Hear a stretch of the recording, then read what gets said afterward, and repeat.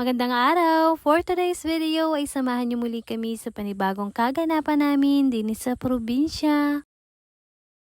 Bali ngayong araw ay meron nga ho pala akong ulaming pusit dito at talaga naman nga hanihong matagal-tagal ding hindi nakakatikim nito at yun nga at ako'y napabili sa bayan. 1 kiluhin nga ho pala ito at talaga naman nga hong napapaibig lamang kaya ayun at pinagbigyan nga ni ang sarili din sa masarap-sarap na pang ulam na ari. Bago ko nga ho pala yan ilagay doon sa pinainit kong tubig, itinanggalan ko muna nga ho pala yan ang mga laman loob tapos ayun nung kuluan na inilagay ko na din dito. Bali papakuluan nga lamang ho pala yan ng ilang minutuhin. Hindi naman sobrang todo at baka ngani naman nga ho yan ay maging makunat. At nung okay naman na nga ho, eto at sisimulan ko na din kaagad lutuin. Bali, igigisa ko muna yan at ayan nga, nagisa ko din ng sibuyas at bawang. Madali-daling luto din lang naman yung gagawin ko din. At hindi ko na nga din ho pala papakadamihan ng sami at kakumandi naman nga ho sa mga oras na ito ay talagang magutom na din. Nung nakaraan ay meron nga ho akong napanood na luto doon sa pusit kaya kako tamang-tama ngayon at akin nga niyo palang gagayahin. Sakto din talaga kapag nagaluto din si ate ay di may tira-tira nga ho palang mga gamit-gamit kaya ayun at kakoy tamang-tama gagamitin ko yun ngayon dito. Pagkagisa ko ng bawang, sibuyas, ayun inilagay ko na din nga ho pala yung tomato sauce tapos naglagay na din ako diyan ng oyster sauce. Pagkalagay ko nga ho pala ay di ayun at akin lang hinalo bago titimplahan ko na din nga ho pala asin, paminta at saka naglagay na din nga ho pala ako diyan ng asukal. Nung okay naman na nga ho ang pagkakatimpla ay di ayun akin na din nga ho palang inilagay din yung pinakuluan ko kaninang pusit at ayan hahalo-haluin lamang ulit. Bali yung napanood ko na ganitong luto ang tawag niya nga ho pala doon ay spicy garlic pusit at talaga naman nga ni yung anong pagkakadami din ng sili. Usapang sili ay naglagay nga ho pala ako diyan ng kulay berde at aring pula. Ay talaga naman din naman nga hong umuusok-usok pa ay talagang langhap na langhap mo yung halang. Pinakuluan ko nga lamang ho pala yan ng ilang minutuhin tapos pag ganyan na nga ni abaw naman ay pwede na din kaagad yung hanguin at nang kita nga ni makakain na. Sakto merong bahaw kaya naman ayun dali-dali nga ni akong kumuhat ng kako nga ni matikman ko na.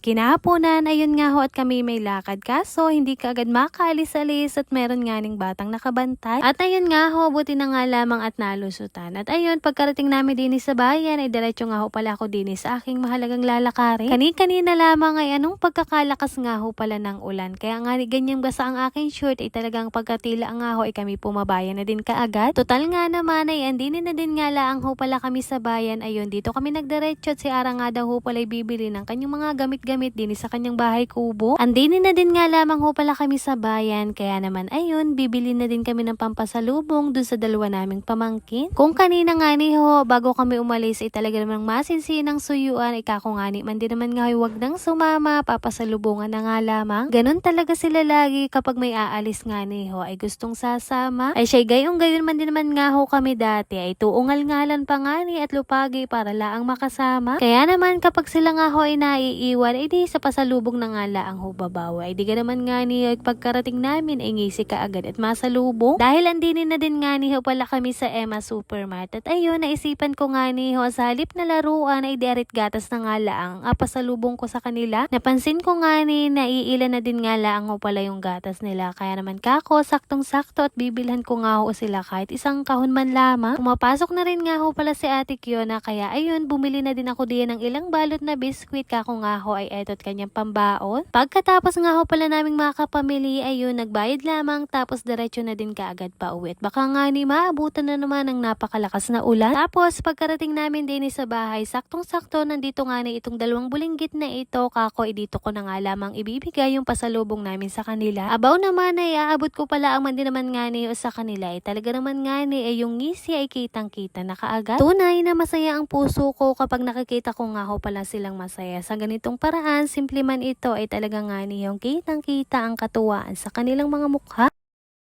At yun lamang for today's video. Maraming salamat sa inyong panonood. God bless.